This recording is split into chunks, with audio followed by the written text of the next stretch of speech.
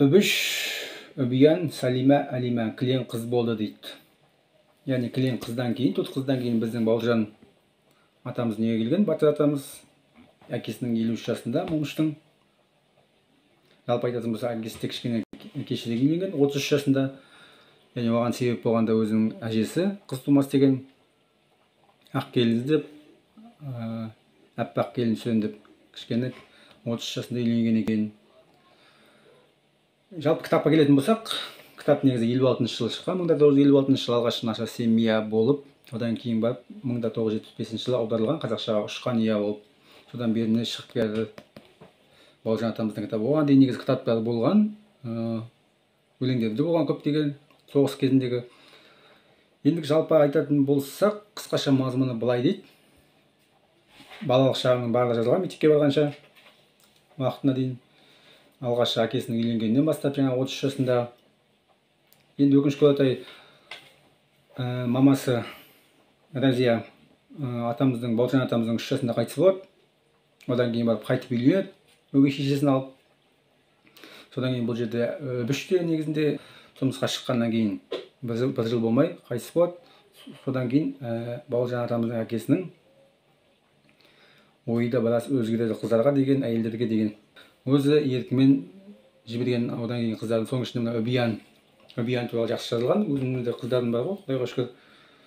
Үбиянның тұрмысқа шығуына байланысты 2,5 жыл дайындалған. Сол бойынша әдемі жазған. Содан кейін өгей шешесі біраз ашуланып қандай жерлері де бар негізі.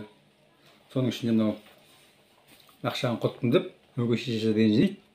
Сол кезде момыш әкесі сені төркіндеріңе апарып тастайын деп апарған екен. Сол кезде төркіндеріндегі енесі былай деген екен момышқа: қарағым момыш, қызымды алып отырған соң, сен де баламсың, анам десең, бір жылға тілегімді қайтарма, татулықтарың бұзылмасын. Енді ерін қыбырлап бейпіл сөзге үйір болса, қызымның жон терісін сыпырсаң да ризамын дейді.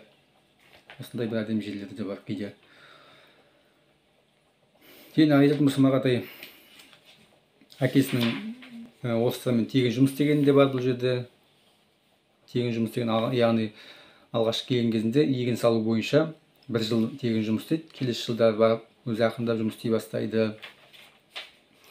Одан кейін мектепке барады, мектепке түседі, оқиды, орысша оқиды соның ішінде.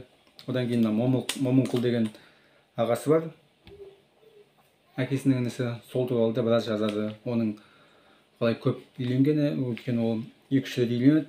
Содан кейін көрші ауылдың бір әйелімен жатты деп, көзін шөп салды деп біраз дау болады.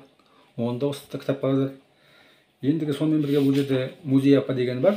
Яғни Музей апа бұл жерде ең үлкен өзінің апасы Үбиян туралы жазған. Яғни соғыстан кейінгі Алматыдағы уақыттарда. Енді жалпы келетін болса, одан кейін нақыл сөздері бар. Соның ішінде мына нақыл сөздердің ішінде маған өзіме ұнайтыны, әкесі момыштың айтқан екен: біз үйміз, біз елміз, біз халықпыз, адам туады, адам өледі, халық ешқашан өлмек емес деп.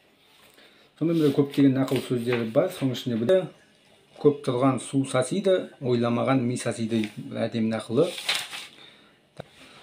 Сабырлының алдында дұшпан сасады, сабырсыздан береке қашады дейді. Осындай әдемі нақыл сөздері де бар.